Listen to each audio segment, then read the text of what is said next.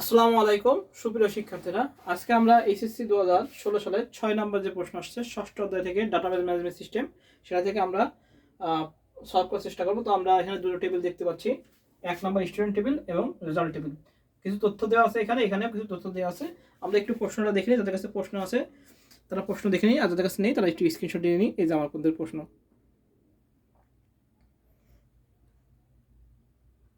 এখনই আমরা সলভে তুলে দেবো। আচ্ছা, আমরা এখানে roll number, name, department, city দেখতে পাচ্ছি। এখানে রোল নাম, টোটাল মার্কস, গ্রেড, একটা হলো স্টুডেন্ট টেবিল, একটা রেজাল্ট টেবিল। এই দুটো টেবিল আমরা দেখতে পাচ্ছি। আচ্ছা, এবার কি বলছে ক নাম্বার বলছে রেকর্ড কি। ক নাম্বার হলো রেকর্ড কি। আমরা লিখবো রেকর্ড কি। রেকর্ড হলো কি, একটি ডেটাবেজে যেসব ফিল্ড থাকে, আমরা লিখবো একটি ডেটাবেজে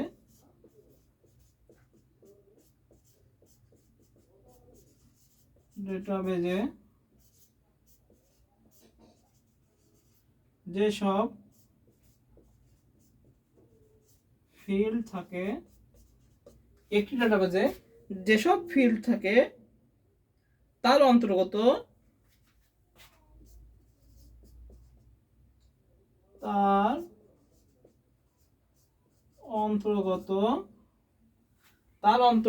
আমরা লিখবো পরস্পর সম্পর্কযুক্ত এক বা একাধিক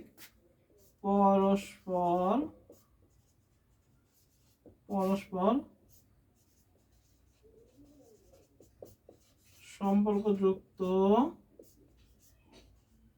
এক বা একাধিক সারিকে রেকর্ড বলে। তো আমরা কি লিখবো যে পরস্পর সম্পর্কযুক্ত একটি ডেটাবেজে যেসব ফিল্ড থাকে তার অন্তর্গত পরস্পর সম্পর্কযুক্ত এক বা একাধিক সারিকে কি বলা হয়, রেকর্ড বলা হয়। এটা আমাদের ক নম্বর সংজ্ঞা। আচ্ছা, খ নম্বর বলছে ডেটা সুরক্ষার পদ্ধতি ব্যাখ্যা করা যায়। ডেটা সুরক্ষার পদ্ধতি কি হলো, ডেটা এনক্রিপশন। কি ডেটা সুরক্ষা পদ্ধতি কি, আমরা লিখবো ডেটা এনক্রিপশন। তো হবে খ নম্বর আমরা লিখবো ডেটা সুরক্ষার পদ্ধতিটি হলো ডেটা এনক্রিপশন। কি ডেটা এনক্রিপশন।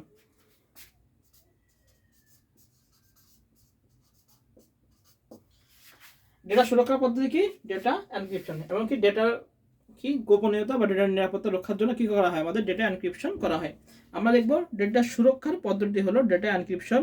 ডেটা সুরক্ষা নিশ্চিত করার জন্য ডেটাকে এনক্রিপ্ট করা হয়। এনক্রিপ্টেড ডেটা এক ধরনের কোডে রূপান্তর হয়, যাকে পুনরায় ডিক্রিপ্ট করলে অরিজিনাল ডেটা পাওয়া যায়। অর্থাৎ উৎস বা প্রেরক ডেটাকে এনক্রিপ্ট করলে প্রাপক বা তার গন্তব্য এনক্রিপ্টেড ডেটাকে ব্যবহারের পূর্বে ডিক্রিপ্ট করে নেয়। প্রেরকের এনক্রিপ্ট করার নিয়ম এবং প্রাপককে ডিক্রিপ্ট করার নিয়ম জানতে হয়। এনক্রিপ্টেড ডেটাকে একই পদ্ধতিতে অ্যালগরিদম ব্যবহার করে ডিক্রিপ্ট করে অরিজিনাল মেসেজ পাওয়া যায়।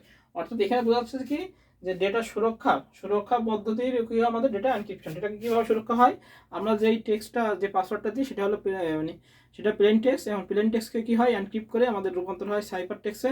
সাইফার টেক্সটকে আবার ডিক্রিপ্ট করে ওটা রূপান্তর হয় প্লেন টেক্সট। এইভাবে এটা হলো ডেটা নিরাপত্তা বা ডেটা গোপনীয়তার জন্য কি পদ্ধতি, এনক্রিপশন পদ্ধতি। এখন আমাদের মনে রাখতে হবে যে এনক্রিপশন পদ্ধতিটা জিনিসটা কি। জিনিসটা টোটালি ডেটা সুরক্ষা দেওয়ার জন্য এবং ডেটাকে নিরাপত্তা দেওয়ার জন্য, অর্থাৎ ডেটাকে যাতে অনাকাঙ্ক্ষিত ব্যক্তির হাতে বা যারা আর কি হ্যাকিং করে বা অন্যান্য কিছু করে তাদের হাত থেকে ডেটা রক্ষা করার জন্য আমাদের ডেটা এনক্রিপশন ব্যবহার করা। অর্থাৎ ডেটা সুরক্ষার পদ্ধতি যেটা আছে সেটাই হলো ডেটা এনক্রিপশন। প্লেন টেক্সটে সাইফার টেক্সট রূপান্তর করে, আবার সাইফার টেক্সটে কি রূপান্তর করে, প্লেন টেক্সটে রূপান্তর করে। এইভাবে আমরা এনক্রিপশন সম্পর্কে একটু বর্ণনা দিয়ে দিলে আমাদের হয়ে যাবে। আচ্ছা, আমরা কি বলছে উদ্দীপকের আলোকে ডেটা টাইপ ব্যাখ্যা করা হচ্ছে। উদ্দীপকের আলোকে ডেটা টাইপ, তাই এইগুলো ডেটা টাইপগুলো আমরা একটু বক্সের মাধ্যমে লিখে নেব, তাহলে আমাদের বর্ণনা দিতে সুবিধা হবে। তো এবার আমরা নাম্বারটা কিভাবে লিখবো সেটা আমরা দেখি। বলছে উদ্দীপকের আলোকে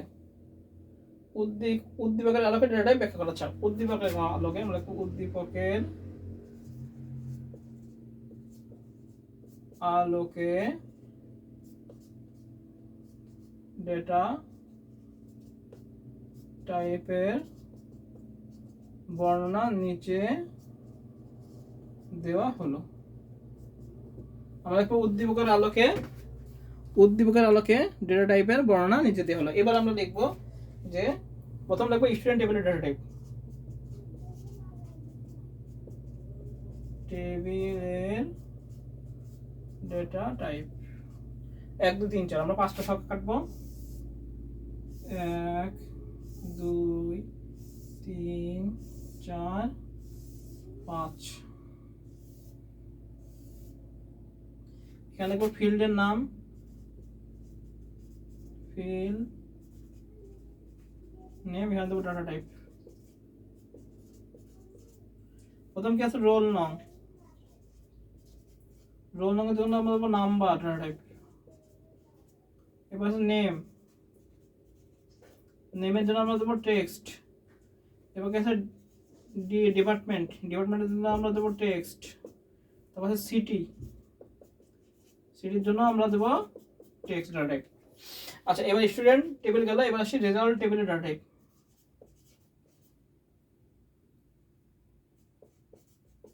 রেজাল্ট টেবিল এর ডেটা টাইপ। এবার দেবো আমরা রেজাল্ট টেবিলের ডাটা টাইপ। আচ্ছা, সেম কয়টা আছে, 1 2 3, তাহলে 4টা ঘর কাটবো।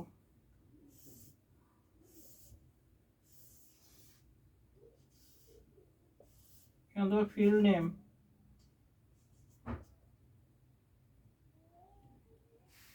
এবার দেবো আমরা কি দেবো, field name.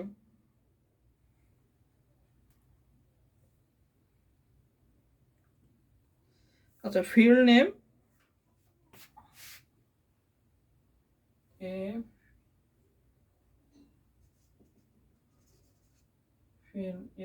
Field F E field name আছে, FILD ফিল্ড নেম আর ডাটা টাইপ।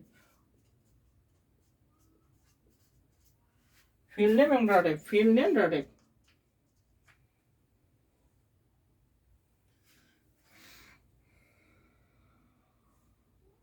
ফিল্ড নেম আর ডাটা টাইপ। এবার দ্বিতীয়টার জন্য আমরা ফিল্ড নেম আর ডাটা টাইপ রেজাল্ট টেবিলের জন্য। হ্যাঁ, প্রথম দিয়ে রোল নাম,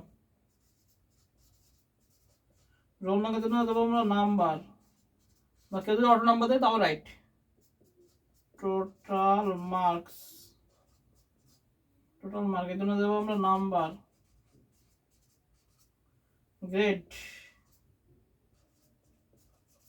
গ্রেডের জন্য আমরা দেবো টেক্সট। তাহলে এখানে কয়টা টাইপ পাইছি, মাত্র 2টা টাইপ, টেক্সট আর নাম্বার সম্পর্কে বর্ণনা দিলে আমাদের পরীক্ষা হয়ে যাবে। এটা একদম সহজ।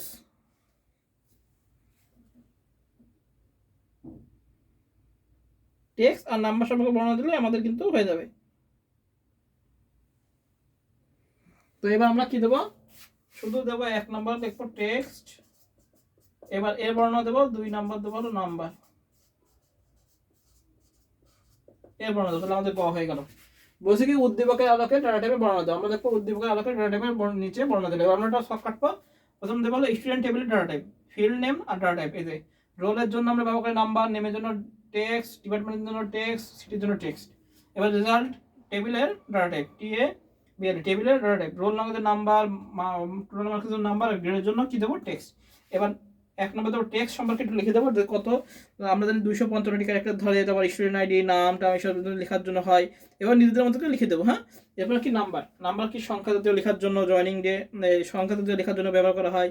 আলফাবেটিক ক্যারেক্টার বা রোল নং, হ্যাঁ, রেজাল্ট টেবিল, টোটাল মার্কস এসবের জন্য ব্যবহার হয়। হ্যাঁ, এরকম করে নিজেদের মতো লিখে দেবো। এই জন্য লিখে দিলে আমাদের হয়ে যাবে। এই হলো আমাদের গ। আচ্ছা, ঘ নম্বর বলছে উদ্দীপকের টেবিল দ্বয়ের মধ্যকার।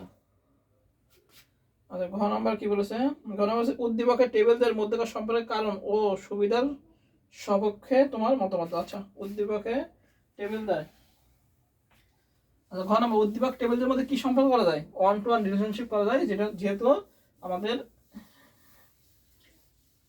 একটা করে আছে।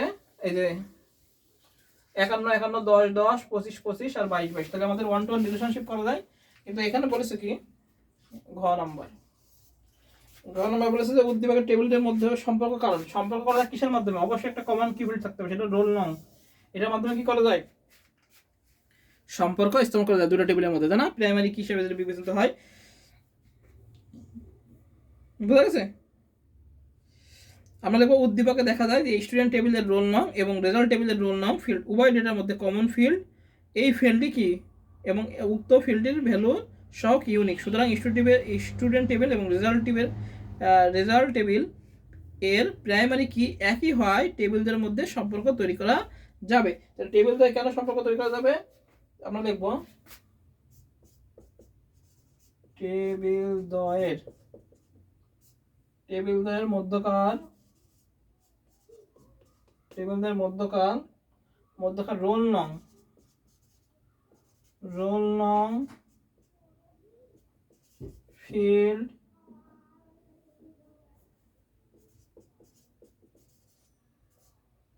ফিল্ডটি টেবিল দ্বয়ের মধ্যকার রোল নং ফিল্ডটি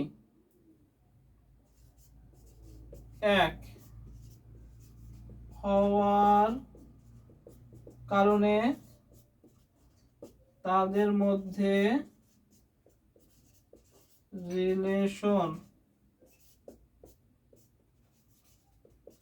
তৈরি করা যাবে। এবার নিজেদের মতো লিখে দেবো। আমরা দেখবো যে কি উদ্দীপকে দেখা যায় স্টুডেন্ট টেবিল ও রোল নং, স্টুডেন্ট টেবিলের রোল নং এবং রেজাল্ট টেবিলের রোল নং উভয় টেবিলের মধ্যে কমন কি ফিল্ড রয়েছে। সুতরাং স্টুডেন্ট টেবিল এবং রেজাল্ট টেবিলের প্রাইমারি কি একই হয় টেবিলদের মধ্যে সম্পর্ক তৈরি করা যাবে। এখন যদি আমরা লিখতে চাই এটার মাধ্যমে কি সম্পর্ক তৈরি করা যাবে, এটা 1 to 1। এটা প্রশ্ন চাইনি, যেহেতু আমাদের দরকার নেই। বয়সের মধ্যে যেসব সুবিধা পাওয়া যায় সে কি সুবিধা পাওয়া যাবে? একাধিক টেবিলের মধ্যে সহজে ডেটা আদান প্রদান করা যাবে। তবে বলছে ডেটা ভ্যালিডেশনের সাহায্যে ডেটা এন্ট্রি নিয়ন্ত্রণ করা যাবে। সহজে নানা ফরম্যাটের লেবেল ও রিপোর্ট তৈরি করা যাবে। একই ডেটা একই সাথে অনেকে ব্যবহার করতে পারবে। তারপর বলেছে হলো দ্রুত টেবিল কি করা যায়, রিপোর্ট কোয়েরি তৈরি করা যাবে। সহজে অ্যাপ্লিকেশন সফটওয়্যার প্রোগ্রাম তৈরি করা যাবে। অন্যান্য প্রোগ্রাম থেকে সহজে ডেটা সংগ্রহ বা ব্যবহার করা যাবে। এখানে বলেছে যে উদ্দীপকের টেবিলটার মধ্যকার কারণ কি? এখানে কারণ হলো কি রোল নং যে ফিল্ডটি সেটাই এক আছে। আর সুবিধা সবকে, এটা হলো সুবিধা বলেছে, যে রিলেশনের যে সুবিধা আছে সেগুলো লিখে দিলে আমাদের মোটামুটি এটা উত্তর হয়ে যাবে। তো আমরা দেখবো উদ্দীপকের মধ্যকার রোল নং ফিল্ডটি এক হওয়ার কারণে তাদের মধ্যে রিলেশন তৈরি করা যাবে। সেটা কি রিলেশন? অবশ্যই 1 to 1 রিলেশন তৈরি করা যাবে। এবার আমরা এই সুবিধাগুলো সুন্দর করে লিখে দেবো নিজেদের মতো করে, হয়ে যাবে। সহজে আদান প্রদান করা যাবে, ডেটা সহজে কোয়েরি করা যাবে, সহজে তথ্য খুঁজে বের করা যাবে, এইসব নিজেদের মতো লিখে দেবো, মোটামুটি আমাদের হয়ে যাবে। তো এই হলো আমাদের চট্টগ্রাম বোর্ড 2016 সালে 6 নং সলভ। সবাই ভালো থাকি, সুস্থ থাকি, সবাইকে আসসালামু আলাইকুম।